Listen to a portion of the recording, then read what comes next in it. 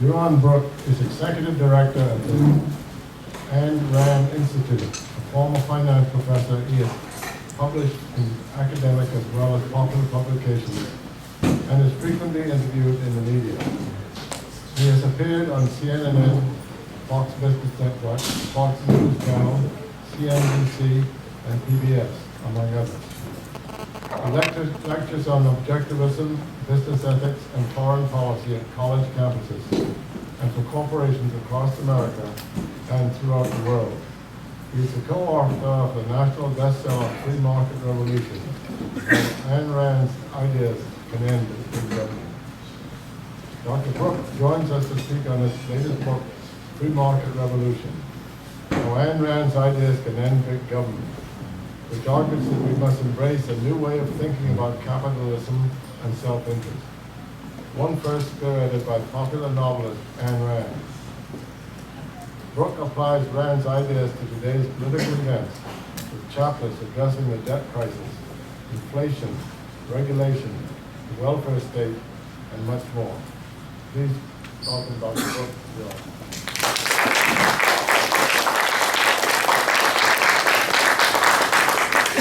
Thank you all. Can everybody hear me? How's the sound? I put it on. Okay. Good. All right. I have to apologize for my voice. I'm getting over the flu, so hopefully the voice will carry me for the next hour. But I think we'll be good.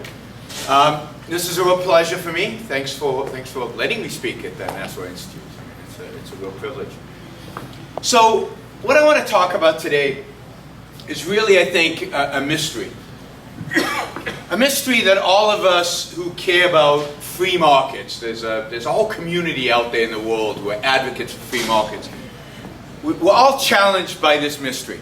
And the mystery is this.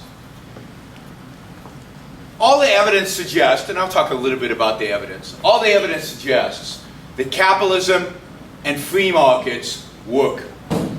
That they produce wealth. That they generate a middle class. That they allow poor people to rise up from poverty. That indeed, there's never been an economic system, there's never been an economic social system in human history more beneficial to human life than free markets and capitalism. And yet, we in the West, in the Western world, are moving dramatically away from the system. Moving away from free markets. We're moving away from capitalism. And we've been doing so not just in the last few years, not just with the latest administration or the last the last political shuffle, but we've been doing this for decades. In the United States, we've been doing it for 100 years. We've been moving away from capitalism. We've been moving away from free markets. And the question is, the mystery is, if you will, why? What is it that is causing these shifts? What is it that is driving our political establishment, really our culture, to be so antagonistic to an economic system that seems, at least, so good? What explains this dichotomy? And it's, to many of us, this is quite baffling. Let me just say a few things about why I think capitalism is such a good system, why it works. Well, if you think about it, the last 250 years, since the middle of the 18th century, the world has been running a massive experiment. We've been testing all kinds of economic systems, all kinds of political, social systems. The whole spectrum has been tried. We've tested it. We've run an experiment. We've tried it in different countries. We've tried it across time. We've tried it in different continents. And we've got results. The data's in, if you will. Right? I mean, we've tried communism. We've tried fascism. And what's the result? What can we say about communism in terms of the consequences, the outcome? They're bad, right? People die. Tens of millions of people die. Tens of millions of people die of starvation. And the people who don't die, what's the standard of living like under communism? It's horrible. It's filled with poverty. Everybody's standard of living declines. It goes down. We tried capitalism, well, maybe not the purest form of capitalism as I would like it, but we tried pretty close to it. We tried it in the West during the 19th century, certainly in the United States it was tried for most of the, from the founding of the country till early part of the 20th century. And what were the results there? What happened in America during the 140 years in which the economy of the country was free of government controls, government regulations, where it was left alone, where business was left alone? What happened? Well, in 1776, when the country was founded, the United States was a third-rate colony of Great Britain. I mean, the Brits know that the reason the Americans won the War of Independence has nothing to do with the Americans. It has everything to do with the fact that the United Kingdom was too busy. It had bigger fish to fry. They were called the French and the Spanish. It wasn't that important, these 13 colonies. And yet, within 140 years, by the breakout of World War I, the United States was the strongest, most powerful industrial military country in the world by far. Those 140 years generated the highest economic growth in human history. The United States absorbed tens of millions of immigrants. And we're not talking about really intellectual, well-educated, immigrants. We're talking about the ancestors who came to America. We're talking about the poor, the uneducated. We're talking about the people that nobody in Europe wanted. And yet, they did phenomenally well when they came to America.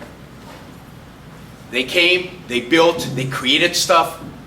They built the richest, wealthiest country in human history. And it's a consequence of the fact that during this period of time, America was a free country. It was free of all those interventions that are so common today. It was free of government controls, of regulations. There were no real regulations of business. There were no real government controls of what was going on in the economy. So you had an economy that boomed. And yet, starting in the 1930s, the United States has systematically turned away from that kind of economic system. Turned away from capitalism, turned away from free markets. We've tried every mixture of capitalism and socialism in between. We've tried a little bit of capitalism and a lot of socialism, a little bit of socialism and a lot of capitalism. We've tried all the different economic systems. And you can plot them on a graph. You can create a graph of wealth creation versus the amount of economic freedom. And what do you find? That the more economic freedom you allow, the greater the wealth creation. The greater economic growth, the greater the prosperity. So all the data lines up, all the historical data lines up to suggest that free markets actually work. They actually produce the goods. They actually create the wealth. They create a vibrant, wealthy society. And you can see it even today. If you look at, I don't know, how many of you, has anybody here been to Hong Kong? Hong Kong? A few of you. It's worth going once in life to go see Hong Kong. Hong Kong 70 years ago was a fishing village on a rock in the middle of nowhere. And on that fishing village, the British basically established the rule of law. They protected property rights and nothing else. There's no regulation of business, or very little. Almost no safety net, almost no existing safety net. And yet millions of people from all over Asia flock to this little rock in the middle of nowhere. And today you go to Hong Kong, and it puts New York to shame. It's got skyscrapers. 7.5 million people live on this tiny little rock. It's vibrant, it's energetic. GDP per capita, that is wealth per capita, is the same as the United States. Within 70 years, we've gone from a fishing village to one of the wealthiest cities in the world. How? Because of economic freedom. Because people were left alone to build and create, and they weren't told what and how and when to do it. There's no redistribution of wealth. There's no government-provided health care. There's basically free markets in Hong Kong. And yet people from all over Asia would love to live there because the standard of living there, even of the poor, is higher than anywhere else in Asia. So we've got examples of free markets working, and they're right in our face. All you have to do is travel the world and you can see them. Yet you go to other countries where government is heavily mingled in those societies, controlling, regulating, taxing, redistributing, and their economies struggle. And you don't see the kind of economic growth. So why is it that we turn away from economic freedom? Why is it that we turn away from free markets and capitalism? And, you know, it's not that we don't understand why capitalism works. We've had great economists, whether it's Milton Friedman or Hayek or von Mises, and there are lots of others, who can explain in great detail why capitalism and free markets work and why socialism and government intervention in the economy doesn't work. This is not a mystery as to why these things function. And yet, it doesn't matter. We still turn away. We still move towards socialism. We still move towards massive redistribution of wealth, massive regulations, and the consequences are all around us. I know here in the Bahamas, you guys are suffering from the recession that we're suffering in the United States. But we're still suffering. The economy in the United States is barely growing. Unemployment is very high. And it's not like anybody's projecting that the economy in the United States is going to suddenly grow very fast. Everybody's now accepted that it's not going to grow. And there are many economists who understand that the reason for that is the growth of government, the extent to which government today regulates and controls and manipulates the economy of the United States. And it doesn't seem to matter. All this knowledge doesn't seem to matter. We grow it even more. We allow government to do even more. We re-elect Obama. We re-elect officials that are just going to increase government intervention in the economy and decrease the ability of the economy to grow into the future. There's something about capitalism. There's something about free markets that we, deep down, instinctually, at a gut level, resent and hate and turn away from. Every crisis that happens, the financial crisis right now, every crisis that happens, we blame on whom? For the last 2,000 years, we blamed all financial crises on the same people. Anybody want to take a guess? Bankers, right?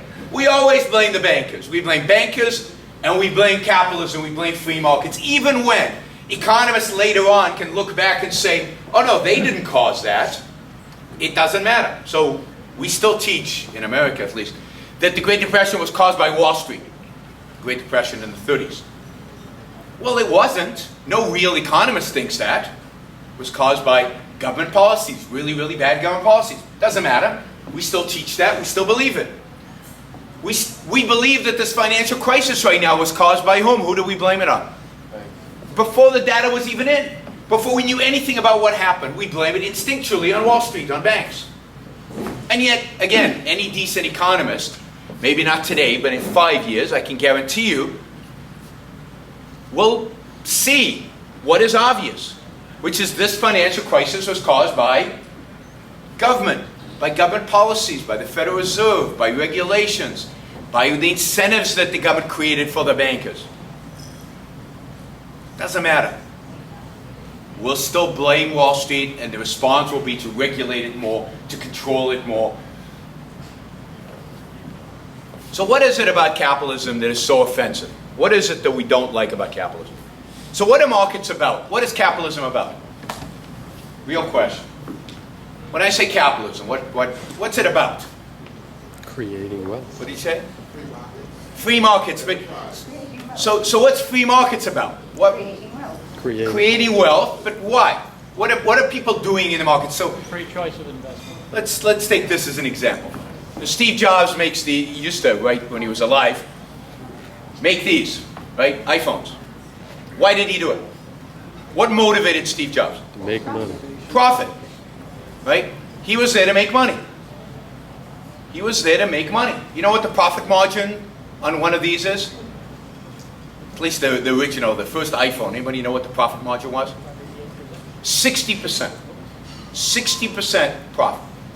He made a fortune off of these. Apple today is the largest corporation in the world because they make a lot of money off of this stuff. So Apple makes this to make money. What else? Is it just about money? Was Steve Jobs just about money? Are people in business just for money? It's what we want. So innovation, he loves this, right? He enjoys it. He likes making beautiful things. He likes making things that come up in his mind and he can project out there into the world and build them. And he loves to make things. Whose image are these after? iPhones, Apple is about whom?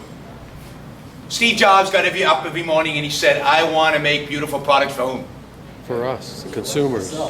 You think so? For himself. You know how many customer surveys Steve Jobs did, Apple does today?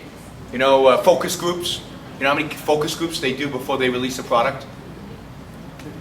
0. None. They don't care what you think. They don't care what I think. They know that they're really good at this, that they create beautiful products, and whatever they build, guess what? We will buy. Right? So, why do they make an iPhone? Because it's in their self-interest. Apple makes iPhones to make money because it's fun, because they enjoy it. It's about Apple. It's about Steve Jobs. Businessmen go to work every day to make money, to have fun, to do something challenging. They don't get up every morning and say, how can I make my fellow man better off? How can I maximize social utility? They don't. Businessmen are out there for whom? Themselves. Now, when I went and bought my first iPhone, it was 2008, and the U.S. economy was spiraling out of control, right? And I went to the mall and bought my first iPhone because I wanted to stimulate the economy. Because I know that's why you guys go to the mall, right? You guys go shopping because you care about your fellow man, and you want to make sure that people have jobs, and you buy stuff so that they can have work, right? Anybody? No, right? Why do you go shopping? Because you want something. You want something that'll make you look good, that'll make you feel cool, that'll make you more productive. You want something. It's for you. So when you go to the marketplace, when you participate in capitalism, if you will, why are you doing it? For whom? For you. So what is capitalism about? It's about people doing what? Pursuing their self-interest. Capitalism is all about self-interest. And this is not new. This is not me making this up. Adam Smith. Everybody know who Adam Smith was? Wrote The Wealth of Nations. Right? What year would he write The Wealth of Nations? 1776. Very good. Adam Smith in The Wealth of Nations says the baker bakes the bread not because he likes you. He doesn't really care about you. He bakes the bread. Why? Why does the baker bake the bread?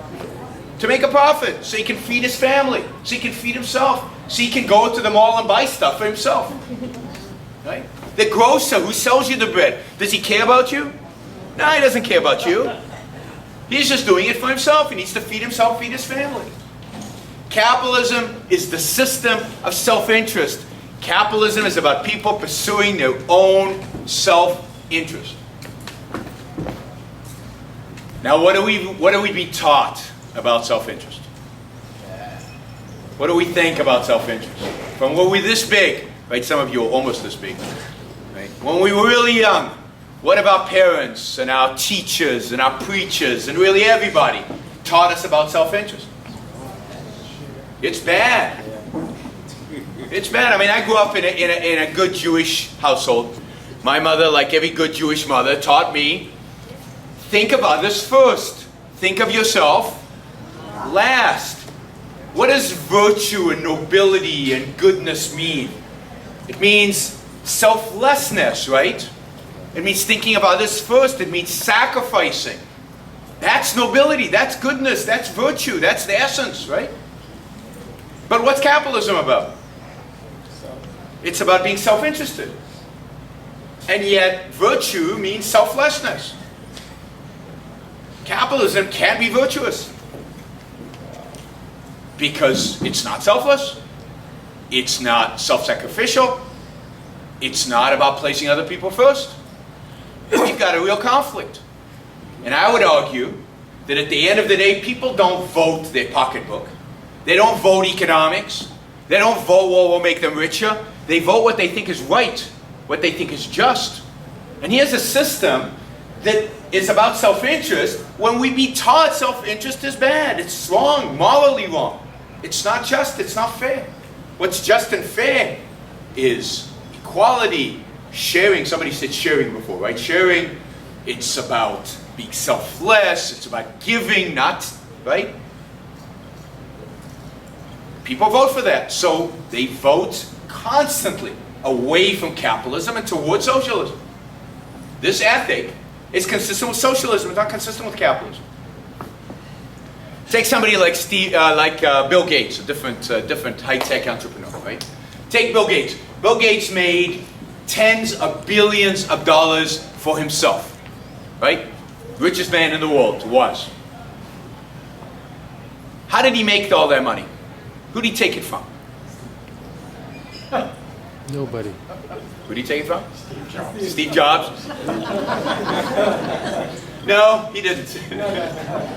Who did he take it from? How did he get 60, 70 billion dollars for himself? What did he do? He sold products, right? And we bought them. We all bought Microsoft products. So let's say we paid $100 for a piece of software that Microsoft made. Right? When we bought the product for $100, who lost in the transaction? Nobody. Nobody lost. How can that be? Right? You paid $100. Microsoft you got a piece of software. Who lost? Nobody. How much is the software worth to you if you paid $100 for it? $100. How much? No, it's actually worth more than $100. You wouldn't bother giving up the $100 if it was worth exactly that, right? You're not indifferent between the two. You want the software, which means it's worth more to you than the $100 in your hand. So you're trading something less valuable to you, the $100, for something more valuable to you, the piece of software. So you're better off because you bought the software.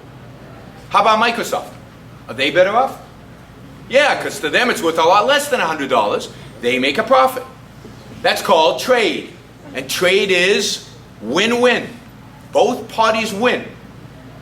So Steve Jobs made $70 billion trading with people. Making everybody traded with better off. Right? Everybody was better off because they traded with Bill Gates. They got software that was worth more than what they paid for it. So their standard of living all went up. Indeed, I would argue that Bill Gates touched every human being on the planet. And if you think about the impact Microsoft has had on computer networks, on the internet, on the existence of really everything we know about the information technology today. He's touched every human being on the planet and made all of our standard of living go up, improved our quality of life.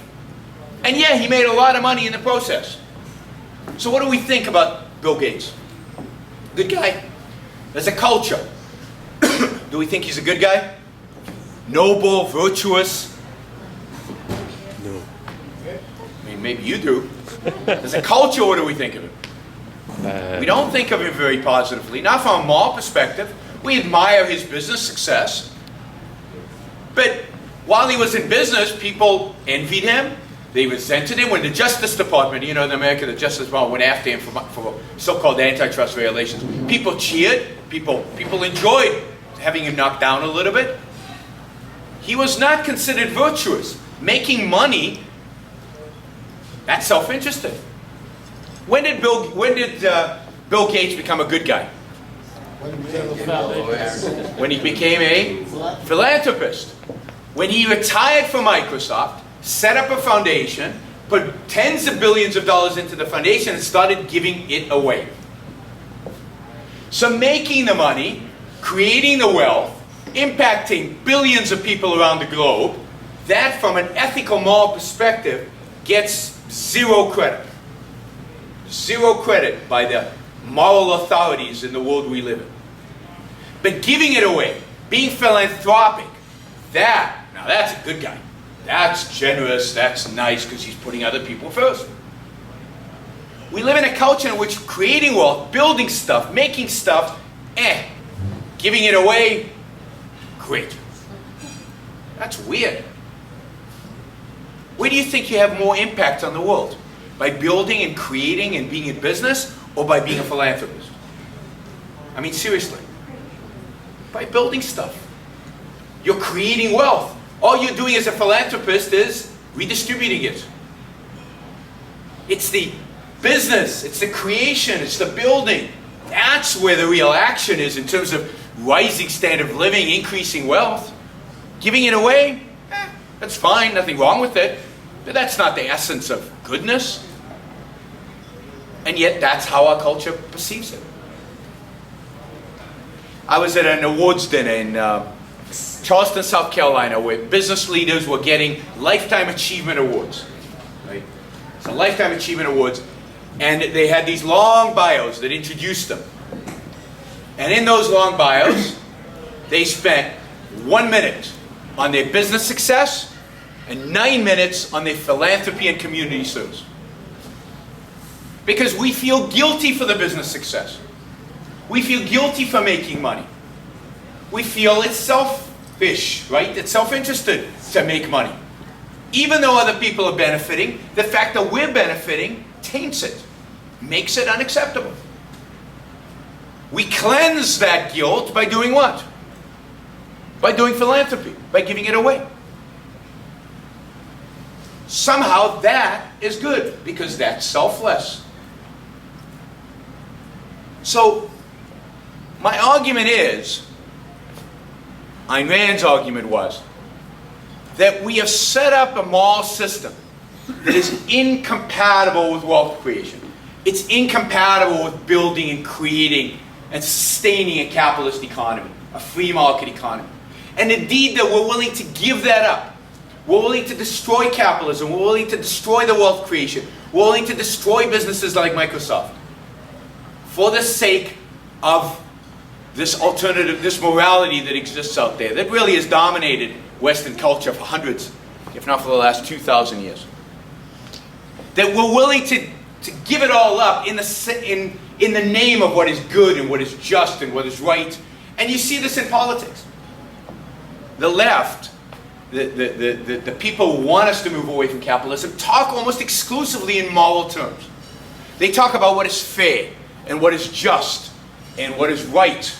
They don't talk about economic efficiency because they know they lose that argument. They talk about moral terms. They have the moral high ground. They dominate the moral high ground.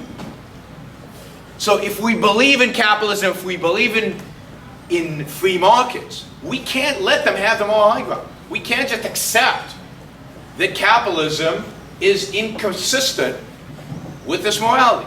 What we have to challenge, in my view, is not the nature of capitalism. Capitalism is what it is. It's about self-interest. Adam Smith knew it. We know it. Everybody knows it deep inside. Everybody knows it's about self-interest. That's why most people resent it. What we need is to launch a defense of self-interest. What we need is a different moral code. What we need is to reject the idea that the purpose of life is to serve other people. That the moral purpose of life is sacrifice. That the moral purpose of life is selflessness.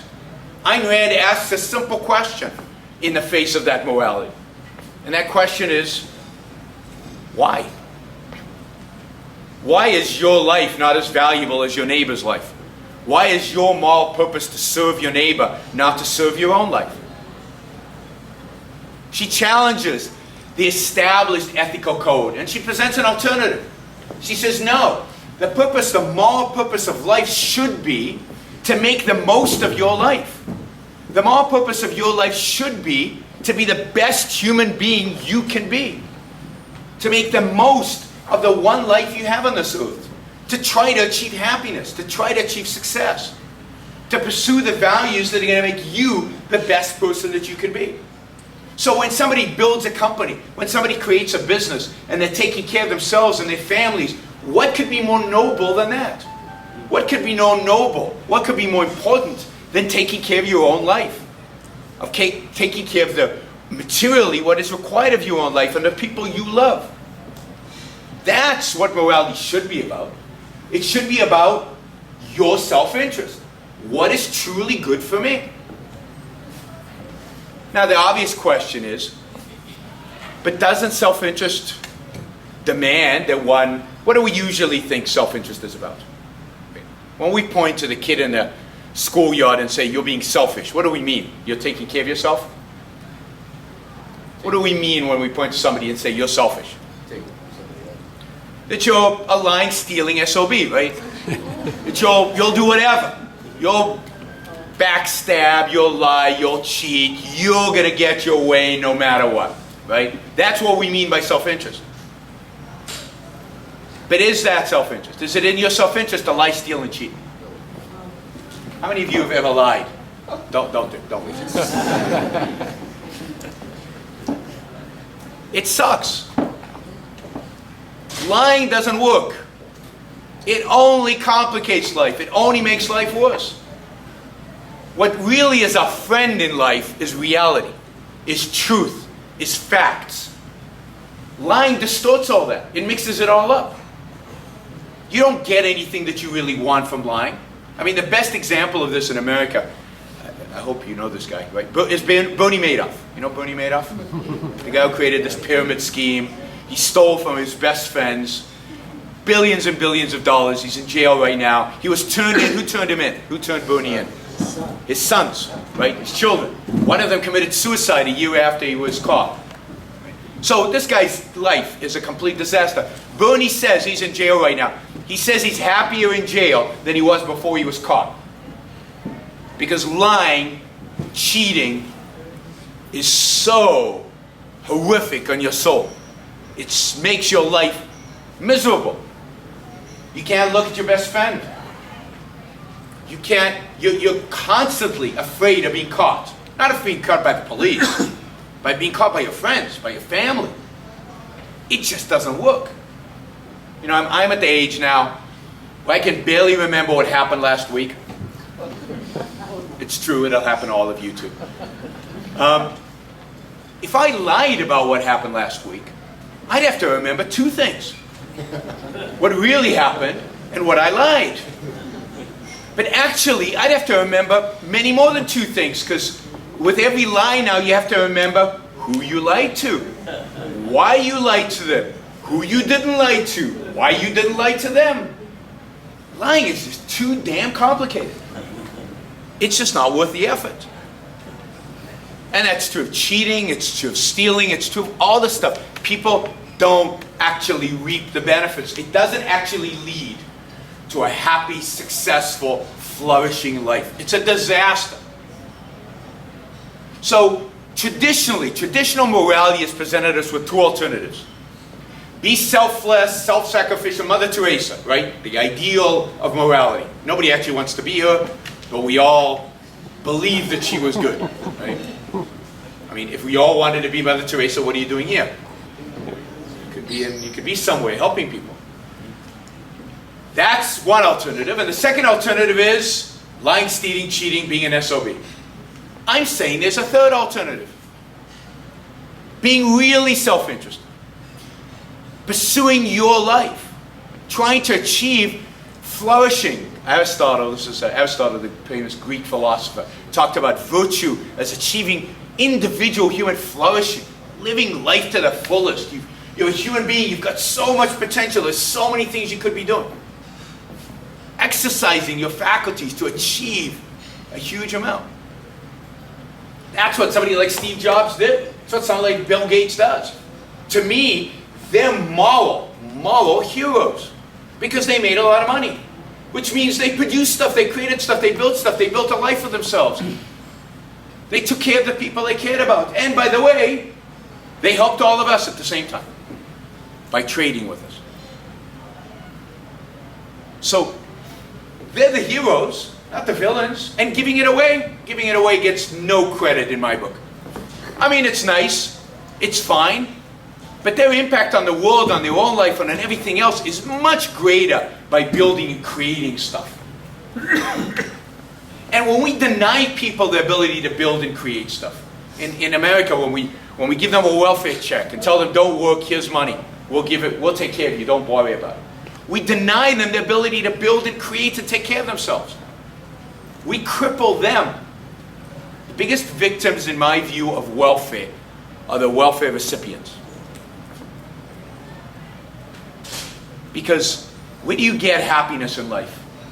Where does happiness come from? What do you need in order to be happy in life? You need to be, you have to accomplish something. Because happiness comes from self-esteem. You cannot be happy unless you have self-esteem.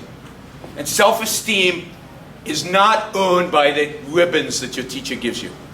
Indeed, nobody can give you self-esteem. Only you can attain self-esteem. You attain it by accomplishing things and recognizing your accomplishments. Where do we get most of our self-esteem? Where do we make most of our accomplishments in life? At work. By building, creating stuff. By making something. If you deny people work, you deny them the ability to get self-esteem and to become happy. Now, you can be a poor bricklayer that makes, a very low wage, but is taking care of himself, taking care of his family, maybe sending his kids to school. You know you've accomplished something. You gain that self-esteem. You can be happy. You can be middle class, you can be rich, and not do anything with your life. You will never be happy. Happiness doesn't come from money. It comes from accomplishment. It comes from success. It comes from working hard. And if you deny that to people, you deny their ability to attain happiness and success. So, what Rand is advocating for is a morality of accomplishment, a morality of success, a morality of individualism, a morality of self-interest. And what's the most important value that we as human beings need to pursue if we care about our own life? What's the most important value that creates really everything that we have around us? So, here's the experiment. Look at your neighbors. You can look. It's okay, they're not that scary. We're a pretty pathetic animal. We're slow. We're weak. We don't have claws. We don't have fangs. Try running down a bison and biting into it. Can't do it. You, saber-toothed tiger, who wins? Saber-toothed tiger. And yet, here we are. In this building, with a video camera, living the good life, and where's the saber-toothed tiger? Extinct. So how did we survive and they going out of existence? What is it that makes it possible for human beings to survive given how weak we are? Our minds. Our ability to reason. Our ability to be rational. So if you want to be self-interested, what is the most important thing to cultivate? What is the most important thing to allow to flourish? To activate, to engage in. It's your mind. It's your rational, reasoned faculty. And you have that, each one of us as individuals. That's a characteristic of an individual. There's no group think. There's no collective consciousness. There's only you and your mind. If we could change people's perspective with regard to morality, if you think about people who want to pursue their own happiness, who want to be successful, who are committed to using their mind. What kind of political economic system do people like that want? Do they want paternalistic mother government sitting on their shoulder telling them, don't do that. Don't drink that sugary drink. It's not good for you. Do they want to be told what to do and how to do it and when to do it? No, they want to be left alone. They want to be free. They want to be able to go out and engage in the world and make something of themselves. And they want a political system that makes that possible. So, if we want freedom, if we want a higher standard of living, if we want markets and capitalism and all the good stuff that markets and capitalism provide, My argument to you today is that what we need is not an economic revolution, not a political revolution. What we need is an ethical revolution. We need to reject the idea of selflessness. We need to reject the idea that morality is about sacrifice. We need to reject the idea that you are your brother's keeper, that you are the servant of somebody else, that your life belongs to other people. Those things need to be rejected into the heap pile of history. We need a new moral code, a moral code that emphasizes your value as an individual. Your life doesn't belong to anybody. It belongs to you. You need to live it for yourself. You need to make the most of it. And you need to figure out the rules, the principles that allow you to achieve the most in your own life. That's what morality is for. What are the virtues? What are the values that are going to make you the best human being possible? If we can do that, if we can reorient the culture around a morality of the pursuit of happiness, then we can have all the benefits of capitalism. Then capitalism can flourish and be successful without, the cultural backlash against it. So I urge you, and that's what we do in the book, we urge you towards a moral, ethical revolution to save the benefits of capitalism that accrued to us over the last 100 years. Thank you all.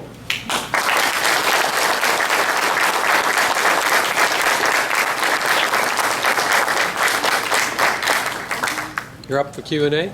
Absolutely. It's the only reason to give a talk is to have a Q&A.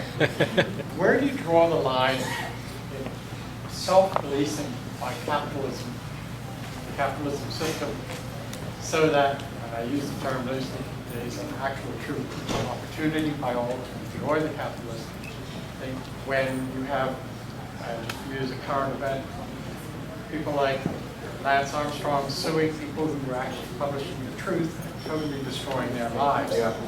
And there was no way those people could self-actualize for themselves, because here was a capitalist, in essence, ignoring the rights of others. Where is the line of capitalism policing itself? Well, I think, first of all, I think capitalism needs to police itself in the sense that you've got to set a system of rule of law that protects property rights, and then you let the system run its course. Lance Armstrong's a great example, because what he was trying to do was not sustainable.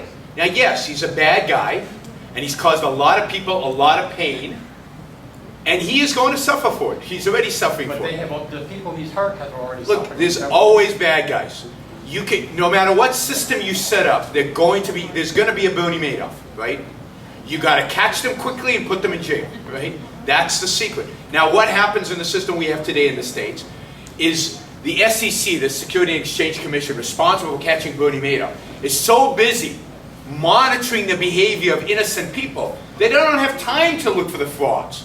They don't have time to catch the crooks. Well, that's what I'm saying. Where do you draw the line in Well, legislation? Well, you have to define what being a crook is and go after them. And in my view, the line is coercion. Anybody who uses fraud or force to take stuff that doesn't belong to them is a crook. And that's the job of government, is to go after those guys.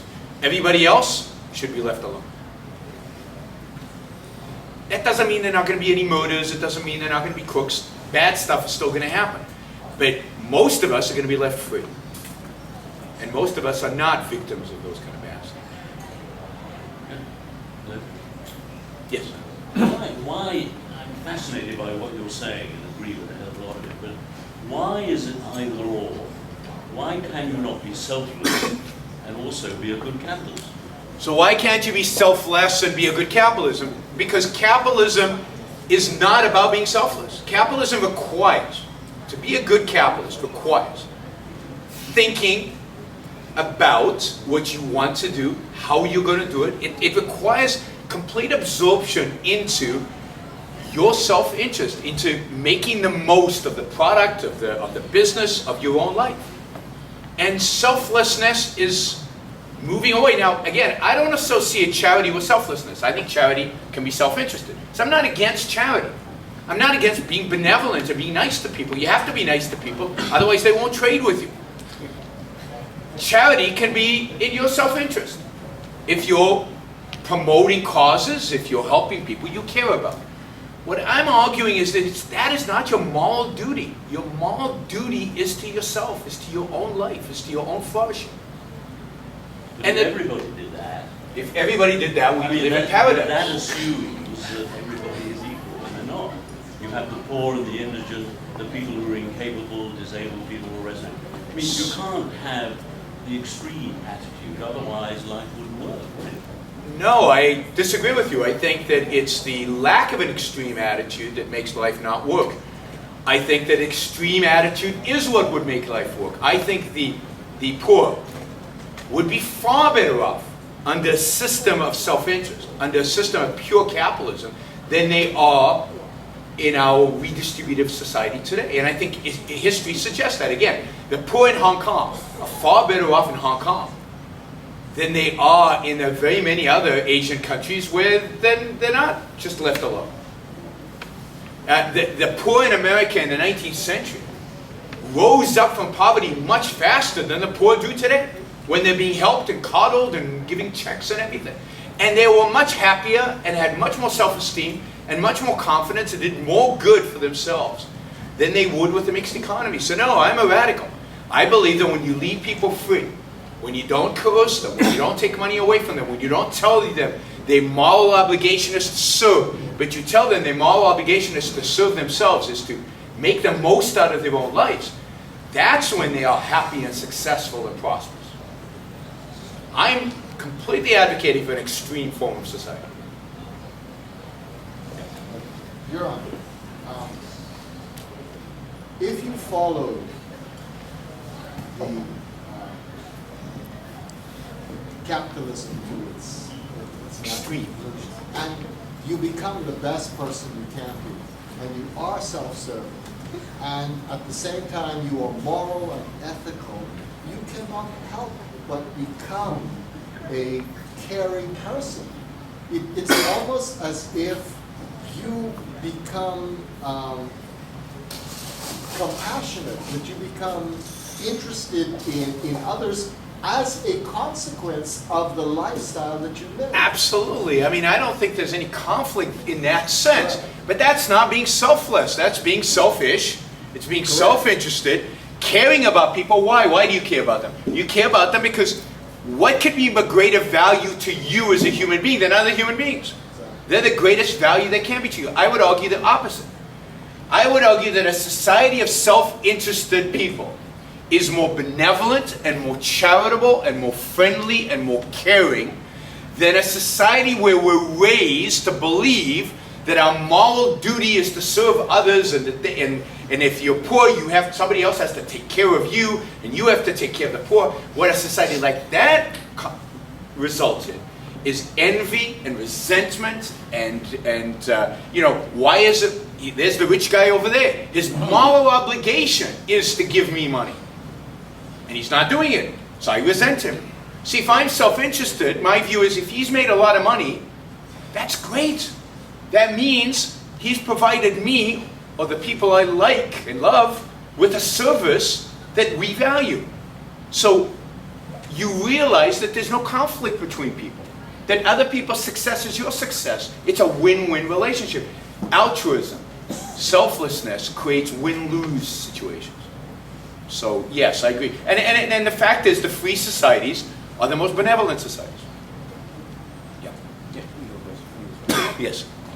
You know, our government, our political leaders here would always deny being socialist. They'd run a mile I know. to avoid being called socialists. And yet, from what you see of government here and in similar countries, what do these governments do, although they don't claim to be socialist? What measures do they follow which have the effect of limiting free markets very seriously? Well, I mean, there are hundreds of things that they do. Almost everything that they do in the United States, which I know, 95% of what the government does is limiting free markets. They redistribute wealth on a massive scale. So they take people's money and they give it to somebody else. That's limiting your freedom. You made that money. It's your money. They don't have a right to take it. Second, they regulate. They regulate every aspect of a business. In California today, if you want to shampoo hair, you need a government license.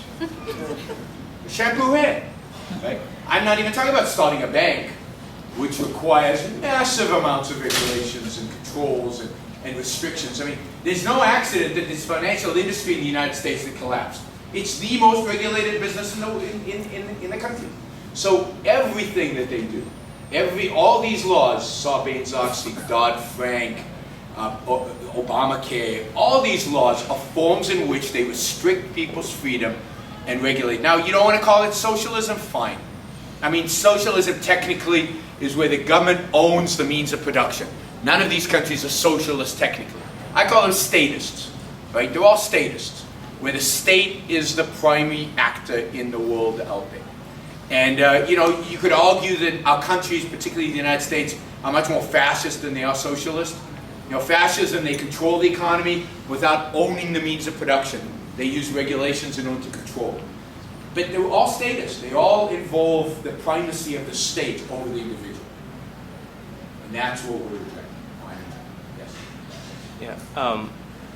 I'm of the belief that most individuals, their moral principles stem from their spirituality or their, you know, religious beliefs. So are you saying that they should put that off, you know, and just follow a life of something else, you know, neglect their spiritual walk? Because a lot of people are motivated spiritually. You know, the spiritual walk, it teaches you to be selfless and to help others. And, you know, when you look at Christ and Confucius or whoever with God they serve, you know what I mean? That's what it promotes. I'm saying that Confucius and Christ, as understood by most people, I'm not a theologian, so I don't want to debate religion right now. Right. As understood by most people, are inconsistent with economic freedom and economic success and capitalism. That's what I'm saying. And I'm saying yes. I'm saying I'm challenging you. I'm not telling you what to do. I'm challenging you to rethink what spirituality means, because I consider myself spiritual. I don't believe in Confucius or Christ. I still consider myself spiritual because we're all spiritual beings. We have a consciousness. We're not just atoms. We're not just, you know, material. So there is a spiritual element, but that spiritual element, I'm challenging you to rethink it. I'm challenging you to ask the question: why should I let my neighbor like myself? I don't. I doubt any of you like your neighbor like yourself. And this is the test I give people. This is the test I give people. Do you love your children? Many of you don't have children. Imagine you had children. Do you love your children more than your neighbor's children? Everybody says yes. But that's wrong. That's wrong. You should love everybody the same, supposedly. And I'm saying no. I'm saying it's good that you love your children more than the neighbor's children. They're yours. They're your responsibility. You brought them into the world. You should love them more. Embrace that.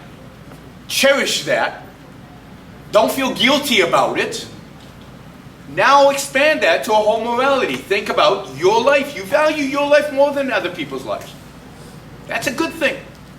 Now embrace that. Now, does that mean, as the gentleman said before, does that mean you're going to be rude to people? Does that mean you're going to be mean to people? No, because they're of value to you. So you're going to be kind. You're going to be charitable. You're just not going to be selfless. You're going to be nicer to people who are good than to other people. You're going to treat people the way they deserve, not the same. Equality generally is overrated. The whole concept of equality. So it's basically postmodern thinking, like, love yourself, basically. Love yourself, yes. I think you should love yourself, absolutely. I mean, I think you should be worthy of your own love first. But yes, I think you should love yourself. Yes. I'm Randy Ford. Hi, Randy. I'm assistant professor of the Department of Commerce. And I'm here along with... Thank you for bringing all your students. I hope you're not regretting it. I'm sure they were very intrigued. The challenge is, though, with capitalism and the whole idea of rational self-interest, is what do you do now? When Adam Smith wrote in 1776 The Revelation, basically the United States was a country full of resources. Yes. Virgin resources, so to speak. Yeah. But in society as we have it today, where you have capitalism has already flourished. What you have happening is that it's already reached its maximum level where you have this economic efficiency and you have this huge inequality. What do you do when you have mass inequality as a result of capitalism? Well, I'd argue two things. One is, I don't believe that the inequality that we have today in America, at least, is a result of capitalism. It's much more a result of statism. I think that inequality would actually be less in the United States if you actually have freedom. And what is important about inequality? I don't think what's important about equality is the absolute difference between poor and rich. That's always going to exist. And I don't know what the level would be under a completely free society. I have a view that right now cronyism is exasperating that because of government, not because of capitalism. But put that aside. In a free market, you would have a difference between rich and poor. The question is not what the difference is. The question is, what are the opportunities? The question is, can the poor become rich? And capitalism, the history of capitalism suggests that there's no society in which there's more social mobility than under capitalism. That in capitalism, the fact that you're born poor does not mean you stay poor. Quite the contrary. There are enormous amounts of opportunities to become middle class and to become rich. And under capitalism, the other thing is that the absolute level of poverty is far higher than it is in other systems. That is, the poor are much, much better off. I mean, I was in Cambodia a few years ago. In Cambodia, you see poverty.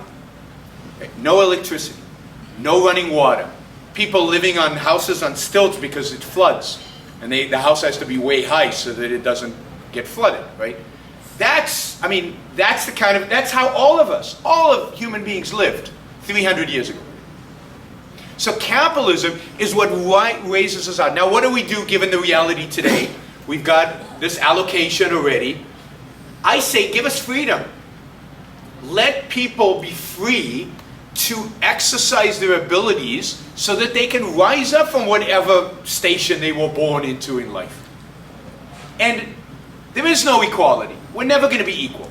We've all got different parents, and we've got different genes, and we've got different skills and different aptitudes. Let's embrace that. That's wonderful that we're not the same. It would be boring if everybody was like me. I'd hate it. I like the diversity and the fact that everybody's different, right? And that's what creates a marketplace. It's why we trade. If we all valued everything exactly the same, there'd be no trade. Trade is a consequence of the fact that we value things differently. So let's embrace the fact that we're different and unequal, but let's create the environment which rewards ability. And you talk about natural resources. Let me just say something about that. My view is there's only one resource.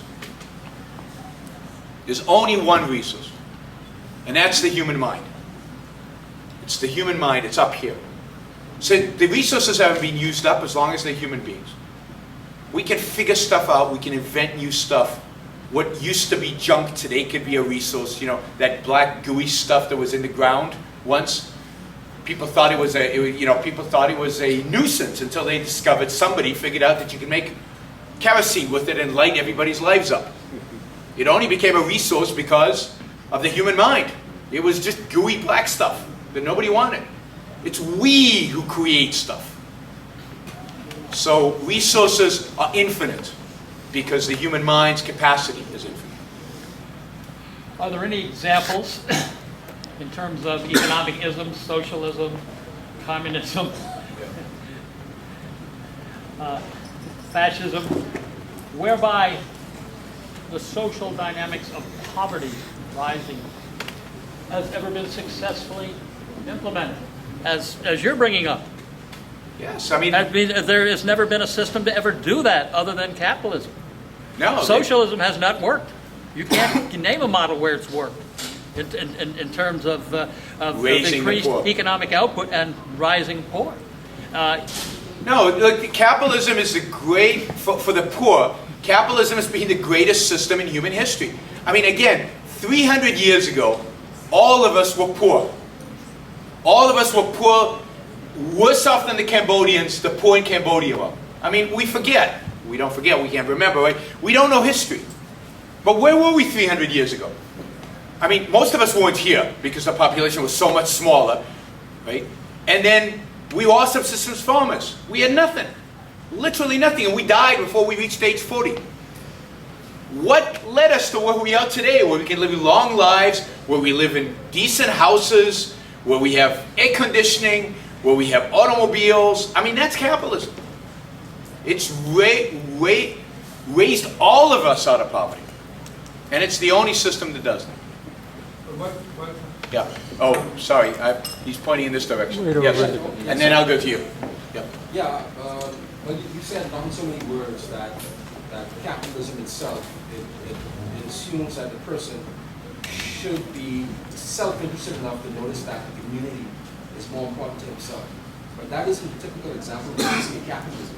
Capitalism typically glorifies persons that steps out from that community kind of thinking and thinks about just themselves. How do you reconcile that? So I don't want you to interpret what I said as saying that that capitalism encourages a self-interested view that ultimately leads to viewing the community as more important than you. That's not what I'm saying. I'm saying that you should view your life as the most important thing. And you should cultivate your life. I believe that if you do that rationally and properly, you will value the other people in the community, not more than you, but value them for you, because they're valued to you. And I believe that capitalism cultivates exactly that kind of person. So think about a Steve Jobs or Bill Gates. I mean, by building the companies that they built, think of what they did to the communities around them.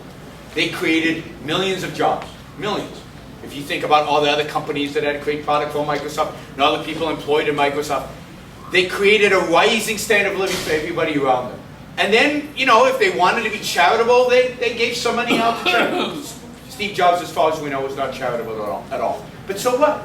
But think of the benefits he created. And I think if you look at the Rockefeller, Carnegie, and all the great industrialists, they've always help the community, not because they value the community above themselves, but because it was in their self-interest to do so.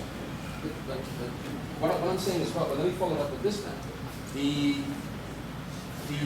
human beings typically think more towards lines of, we're more communal. Human beings are always communal, right? What you're asking persons to do is just to think totally self-interested and then to guess, or even to some extent, that they would just magically start to think about, seeing other things within their self-interest. No, because I don't think we're primarily, so I think we're communal. There's no question we need other people. We benefit enormously from other people. The more self-interested you are, the more you think about what's good for you, the more you realize you need other people. Now, not anybody, but you want somebody to love, you want friendship, and you want traders. You want people to trade value for value. You want employees. You can't build and create without other people. So you develop relationships, but the relationships are not sacrificial relationships. They're not selfless relationships. They're self-interested relationships. I love my wife. Not because I don't care about myself. I love my wife because I love myself. Because I'm self-interested. The most self-interested emotion you can have is love. I mean, it makes you feel great. It's really cool. Right? You want love. Now, when I married my wife, I married her for selfish reasons. Because I love her. I didn't marry her for selfless reasons. I didn't marry her for her. I married her for me. Hopefully she married me for her. That's the beauty of the trade, right? You don't want to sacrifice yourself for other people. You don't want to make your life less for other people. And you don't want other people to sacrifice for you. You don't want to make them your servants either. My last follow-up question. When you mentioned Bernie Madoff in particular, he was acting pretty selfish. See, I don't think so. My argument is that Bernie Madoff was self-destructive. That he acted in self-destructive ways, not self-interested ways. That if Bernie Madoff had sat down and thought, remember I said reason? If he thought, what would make my life a good life? How can I make the best life that I can for myself? He would have never come up with the answer, I'll lie, steal, and cheat for my best friends. The problem with Bernie Madoff is he didn't think. I don't believe you could be self-interested if you don't think. But that's another follow-up question again. Because that always, sorry. That's right. Last one. Yeah. That also assumes that the person, the capitalist himself, the person who thinks on those lines actually understands and appreciates that these are my values.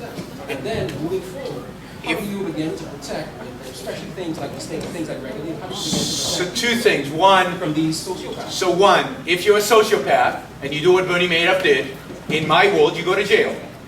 The same thing happens today in the world. And if you don't commit crimes, you're just a jerk, right? Then you have a miserable life. Dr. Burns. Yes. I don't want to interrupt, but I feel like it's probably interject something. I think the gentleman is confusing selfishness with rational self-interest. Yes. I believe if that is cleared up. Yes, so the difference is this. I'm advocating for rational self-interest, for a rational approach to ethics and to your own life and your own well-being. Bernie Madoff was not rationally self-interested. In my view, he was self-destructive.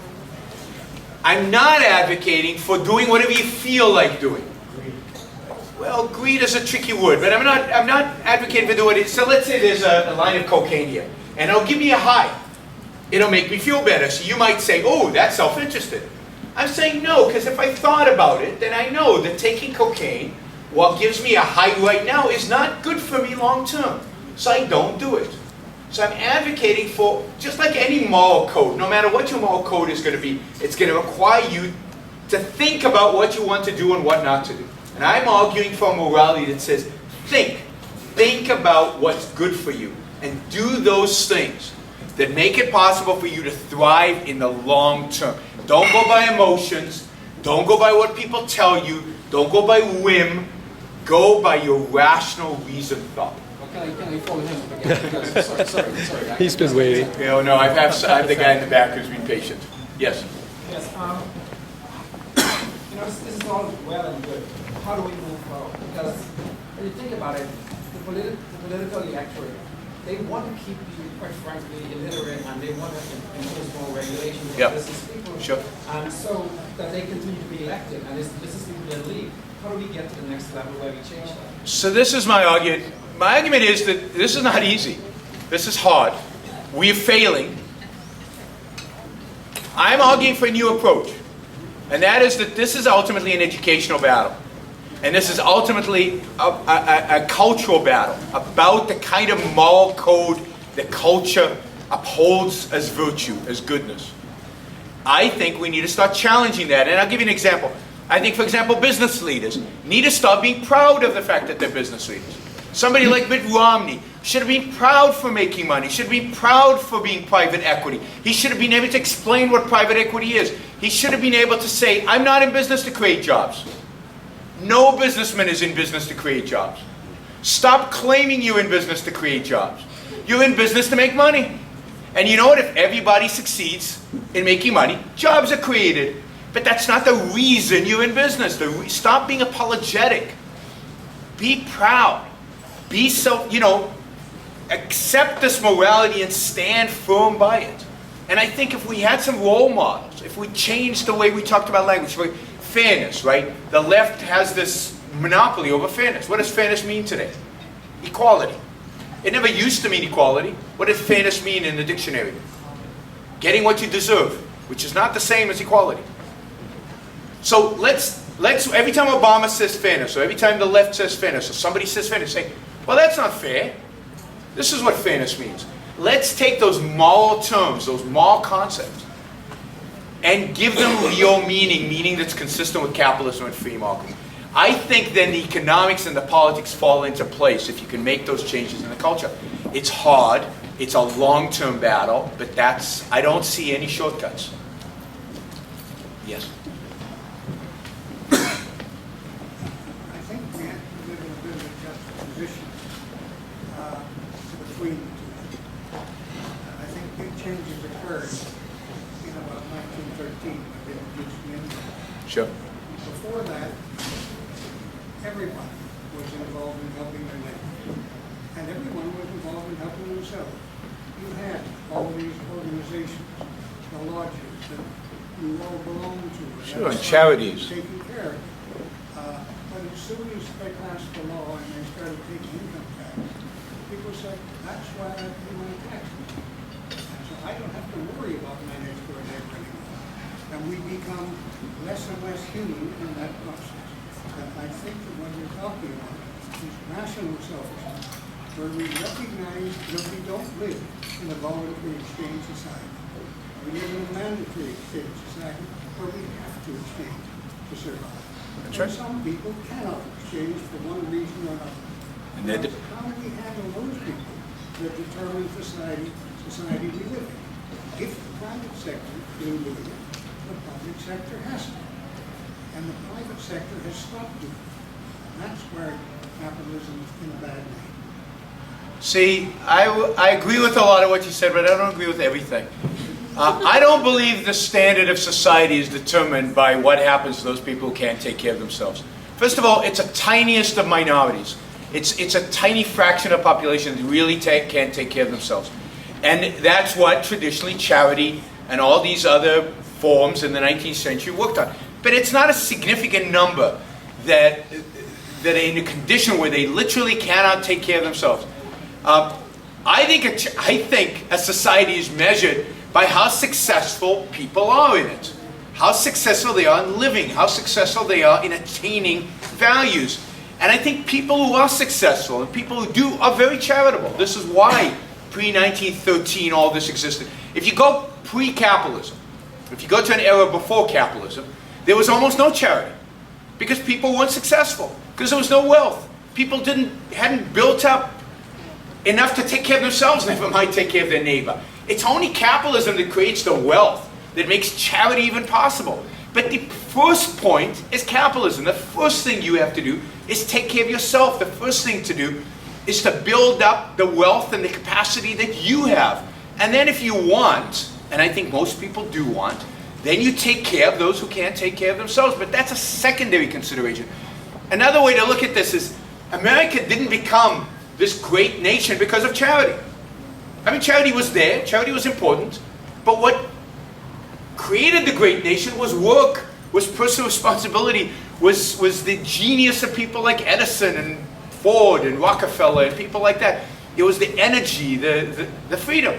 And that's where we need to be focused on. Charity at the end of the day is a secondary issue. It's not both for ethics and for economics. It's a secondary issue. The primary issue is taking care of self. I agree with Oh, sorry, said I misinterpreted you. I Yes, agree. that we agree. It's like buckle up yourself before you buckle up Yes, your children. that's right. But Go ahead. you yourself wouldn't just say What's that? charity is a secondary issue. Yes. What would an extreme entrepreneur with an excellent surplus of money, what should he do with his money? He should invest it. I mean, the fact is that he would do a lot more good for society and for himself by investing that money than he will any time from charity. The return on investment in terms of the benefit to humanity far exceeds what you can attain through charity. Now, it's up to him at the end of the day, right? In my view, every entrepreneur needs to decide what he wants to do with the money. If you enjoy charity, if there are important causes out there that you believe in, then give it away. Then set up a charitable foundation, engage in it, do it. But it's not morally mandated for you to do it. Buy a big house, buy a yacht, live the good life. It's your life, it's your money. Do what you think will bring you the most happiness with it.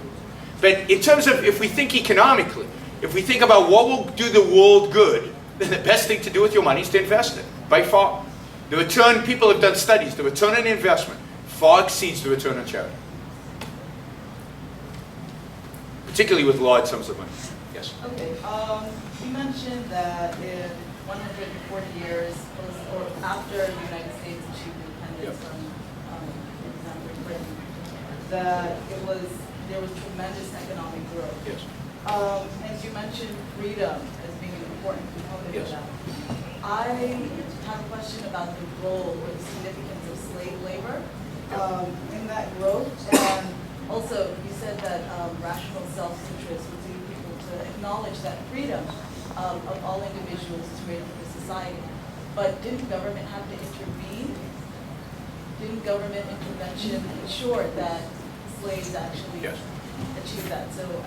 So the question is about the role of slavery in the economic growth in America during the 19th century, during this period. I would argue that slavery generally is a net detriment to economic growth.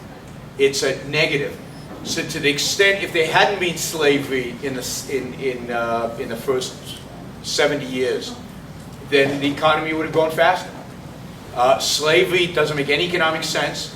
It's not a moral strategy, and it's a bad economic strategy. Trade, win-win relationships are what generate more economic growth and more economic success. It's, by the way, why the North, which didn't have slavery, grew much, much faster from an economic perspective than the South did. And why the North in the end won, because it was much more powerful, much stronger than the South. Now, I agree with you. Sometimes when rights are being violated on a massive scale, like with slavery, you need government to intervene to stop that. That's the role of government. The role of government, in my world, is only one. And that is to stop violations of rights. It's to protect us from force. So if I'm enslaving my neighbor, it's absolutely the job of the government to come and save my neighbor from it. But wasn't slavery a It's a form of, again, the job of government is to prevent coercion in society. And yes, it's driven from morality, but it's not the morality of selflessness. It's in my self-interest not to have somebody else enslaved. Sorry, I just need to interject one thought there. Sure. Wasn't slavery a consequence of government policy in the first place? It was people rising up against it that forced them to change that lousy policy. Yes, in the end, slavery was government policy. And it was independent individuals, thinkers, movement leaders, preachers, all kinds of people, who rose up and in the end forced the North to go and get into a war. If it would left the government, we'd still be where we were today, where we were back then. I mean, somebody who hasn't asked the question yet. I agree with you, and I think you're stopping short. I'm an anarcho-capitalist. Yeah.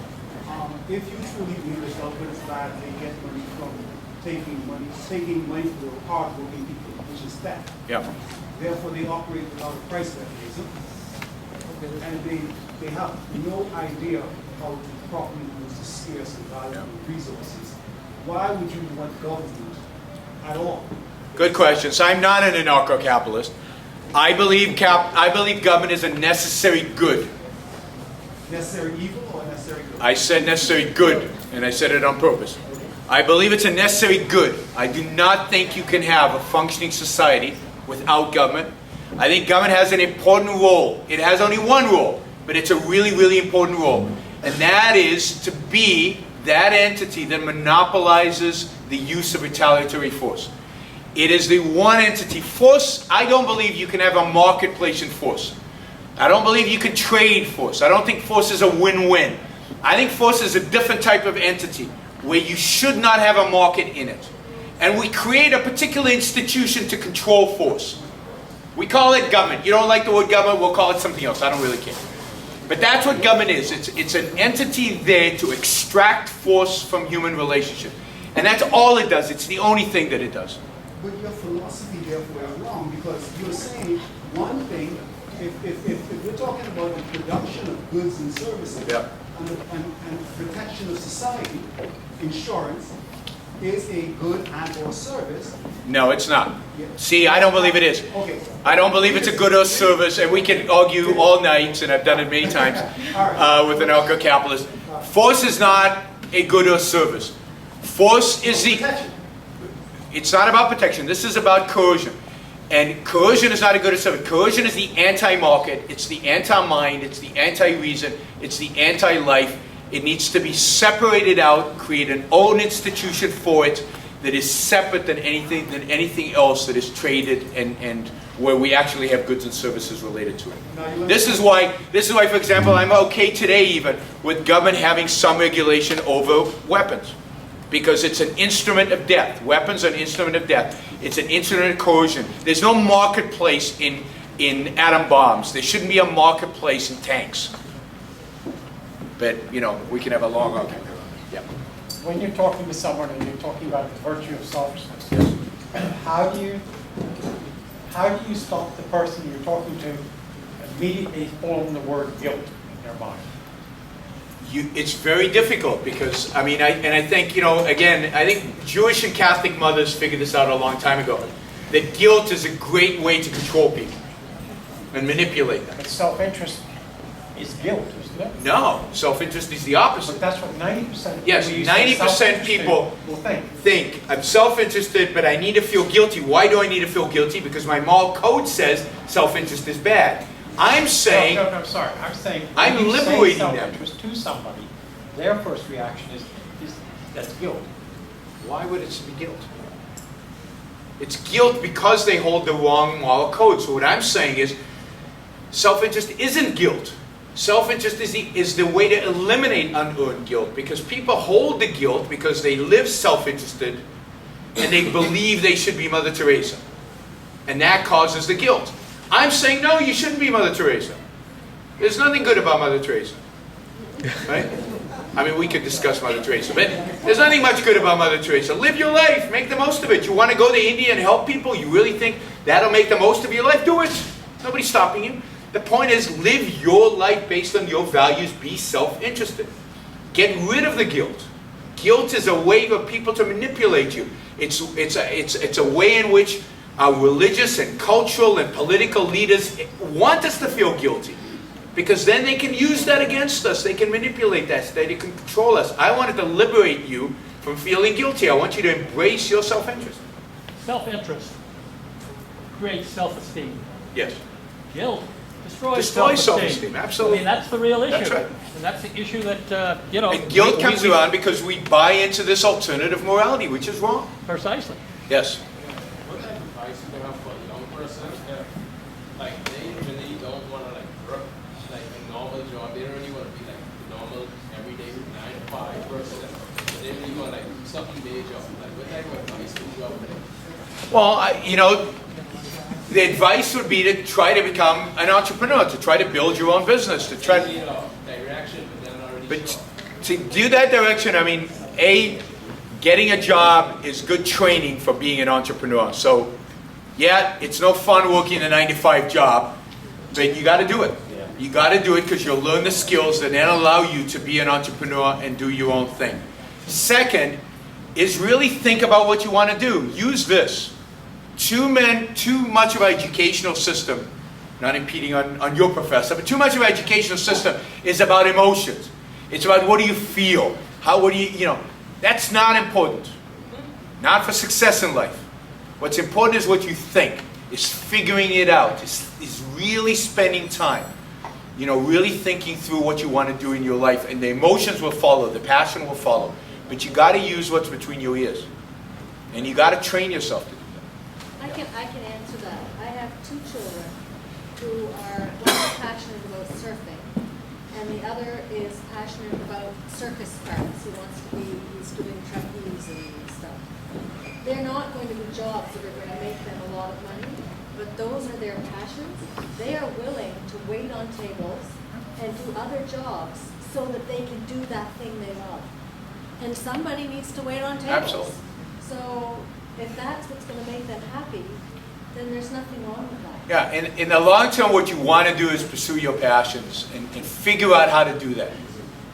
But, Pardon? My daughter can teach me, sir. yes.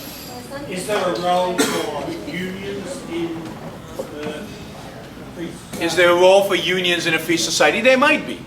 I don't think capitalism is against unions as long as unions don't have special protection from the government.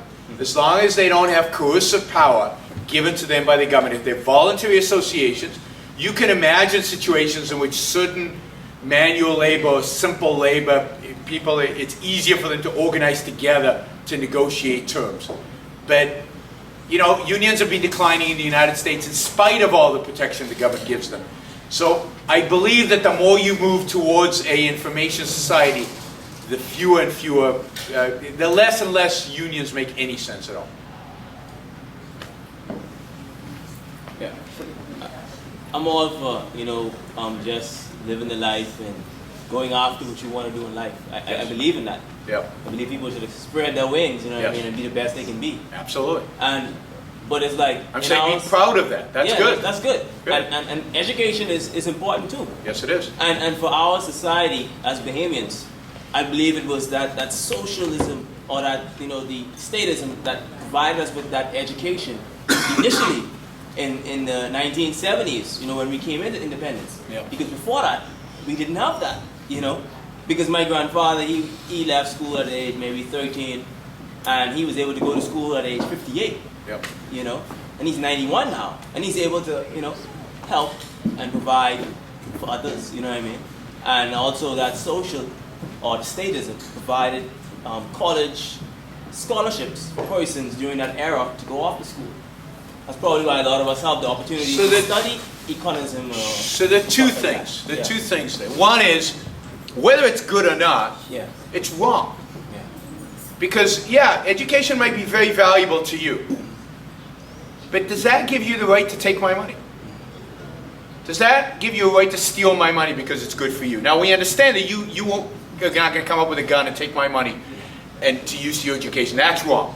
But somehow we create a government that comes and takes my money and gives it to you for an education. That's right. No, it's still stealing, and it's still wrong. So on a moral basis, taxes, taking money from people to give to other people, that's just thievery. That's just stealing. Let me finish. Second, in a true free market, now, and I don't know Bahamas history and what kind of legal system it's only had here, but in a true free market, you would have private education that would be so much better than anything the government could provide. You would have far superior products. If you had the profit motive in education, you would have people competing just like they compete today stupidly to make a better and better phone. Right? Think about the billions, the brain power that goes into making a better phone. Imagine that brain power going into making a better educational product and selling it to you. So I'd like to see competition and innovation and the profit motive in education. I'd like to see it applied not just to phones and not just to technology, but to the most important product in the world, which is education. I think you're getting a third-rate product because it's public, because it's government. What's that? In the East, they're doing a lot of private education and replacing state education because they find the private sector can do it better and cheaper. Yes, private sector can do any service better and cheaper. Yeah. Brooks, but I think he was pointing out a more fundamental problem, or something that challenged a lot of people in church. Sure. When he talked about his grandfather not being able to pursue higher education. You spoke, yes, okay, but you spoke about earning a livable wage. You said a gentleman made a wage, he can take care of his family. But what do you do? I attempted to ask earlier, what do you do with those individuals because of this marketed perfection and perfect information? These individuals who don't have that opportunity, the child born with delinquent parents, alcoholics, what do you do with a child like that? Who's Nothing. responsible for that? Nothing. I mean, so, either somebody, nobody is. I mean, either somebody voluntarily chooses to help that child, voluntarily, or nothing happens with that child. Look, I'd have to go one generation earlier than you, right? My great-grandfather was born in a little village in Europe. He got no education. He had no opportunities. He got on a cart and went to the port and got on a boat, and he happened to go to South Africa. Some of them came to America, and they came to America, poor Jews, with nothing. They had absolutely nothing. They came through Ellis Island, and they went to work. And what did they have? Nothing. Now, within 2 generations, sometimes within 1, their grandchildren were doctors and lawyers. But because the grandparent worked hard with nothing, they had delinquent parents. I mean, I don't know if you've ever seen Fiddler on the Roof. You ever see Fiddler on the Roof? Worst thing, right? These were ignorant Jews who knew nothing about the world. And they left because they were being killed, right? So they had no option. They left and they worked hard, and nobody gave them anything. And nobody provided for them with anything. And some of their parents were alcoholics, and some of their parents were abusive, and so on. And people survived. I know a woman I just hired who's, and you find these stories. She was the chief financial officer at Shell Corporation, right? And, she grew up in foster cares, right? In foster homes. She didn't even have parents.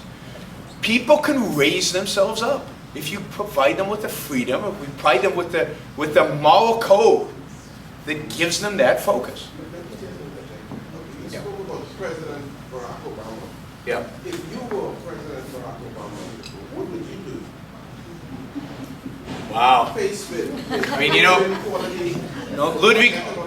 Ludwig von Mises was once asked, if you were appointed, he was asked, if you were appointed dictator of the world, and you could do anything you wanted, right? Right now, what would be the first thing you did? You know what he said? Resign. But let's just pretend. Let's pretend. If I were president today, exactly the opposite of everything he's doing. I would dramatically cut government spending across the board and start thinking of programs to completely eliminate. I would put a proposal on the table to do away over a generation and a half of Medicare, Medicaid, Social Security. I would deregulate. I would get rid of all the regulations. Everything the opposite of what they're doing today. Would that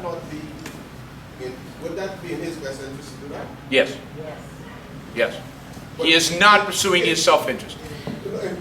And no politician does. I mean, this is why they're typically pretty miserable. His interest is to be re-elected. I mean, if he were going... Oh, now you're shifting the question.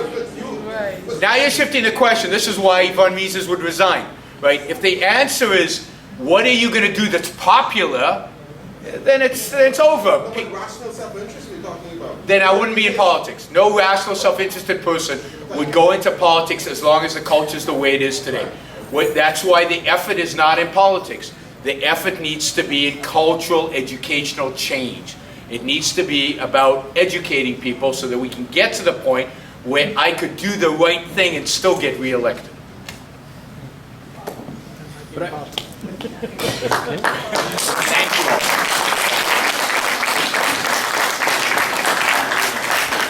Buy the book if you're interested in more. Yes, please buy the book. It's my pleasure to thank Dr. Brook for joining us. First of all, I'd like to thank you guys for coming. Professor Forbes and all of his students and all the people from COB is fantastic. The Nassau Yacht Club staff have been great. But Dr. Brook, on behalf of the Institute, it's my pleasure to present a little book for you, this Portrait of an Archipelago. And we hope you enjoy it. It brings great memories of our little country, as we'll certainly have in your presentation tonight. Thank you. Thank you so much.